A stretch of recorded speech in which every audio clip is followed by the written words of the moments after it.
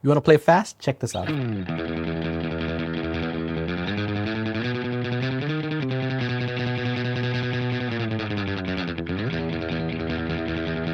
This hand chooses the note, but this hand decides articulation, clarity, groove, and speed. If this hand is inconsistent, your playing is going to sound sloppy. To isolate the right hand clearly, we're going to use tremolo picking, which is repeating the same note quickly with alternating down and up stroke. The first thing we need to fix is how deep is your pick going into the string. The deeper your pick goes in, the more work you have to do to get it out of the string. All you need is the tip. Just a little goes a long way. The shallower your pick is hitting the string, the less work you have to do to hit the next note. That's the first of the 4 things that control your right hand. And stick around till the end because I'm going to show you one bonus tip that can clean your playing almost immediately. Next, pick angle. Make sure to angle the pick about 45 degrees to reduce friction. If the pick hits the string flat, it creates a lot of friction. And the string also makes a plucky sound, especially when you're trying to do an upstroke. So if you angle your pick slightly, it reduces friction, which gives you a smoother motion. If you're new here, hi, I'm AJ. I run AJ's Music Academy, where I share years of my performing and teaching experience in a distilled and organized way. Before music school and before years of performing, recording, practicing, and teaching guitar, I was a self-taught guitar player, trying to figure out a lot of this on my own. So a big part of this channel is about creating the kind of material I wish my younger self had. If you get value out of this video, feel free to check out AJ's Music Academy, where I share a lot more useful material. All right, back to the right hand. Next, motion size. How far are you moving away from the string? Once you pick the string, the further away your pick travels from the string, the more distance you have to travel back to play the next stroke.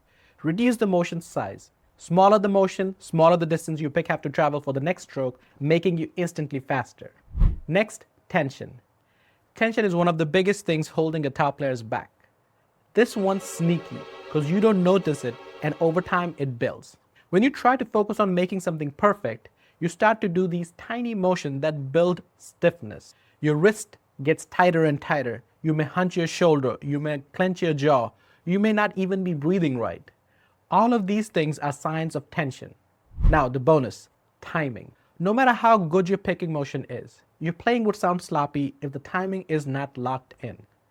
The hands lock into what your brain subdivides. If you can't hear the timing clearly in your head, it's going to sound sloppy. I have a way to fix it along with an exercise that brings all the fixes we've discussed so far in a neat guide linked in the description. Download that and grab your guitar. Let's put it all together so your right hand can become undefeated.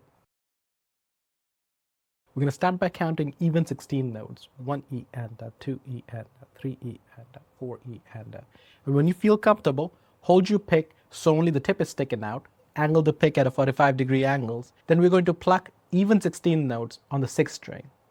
1 E and 2 E and 3 E and 4 E. The motion should stay close to the string. When motion size is correct, it usually feels like the pick is barely moving.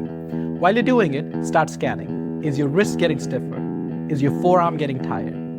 Are your shoulders lifting? Is your jaw tight? Are you holding your breath? If anything above the wrist is working harder than it needs to, you're wasting energy. If you fix these 4 things, pick depth, pick angle, motion size, and tension, your right hand becomes much more consistent. And once the right hand is consistent, building speed becomes a lot easier. If this breakdown helped you, consider subscribing. I'm continuing this series on building speed step by step. Also, meet me in the comments. I would love to know from you guys which one of these issues have you struggled with the most, or which one of these tips helped you the most. In the next video, we'll take this tremolo motion and turn it into alternate picking across strings. Thanks for watching, and I'll see you in part 2.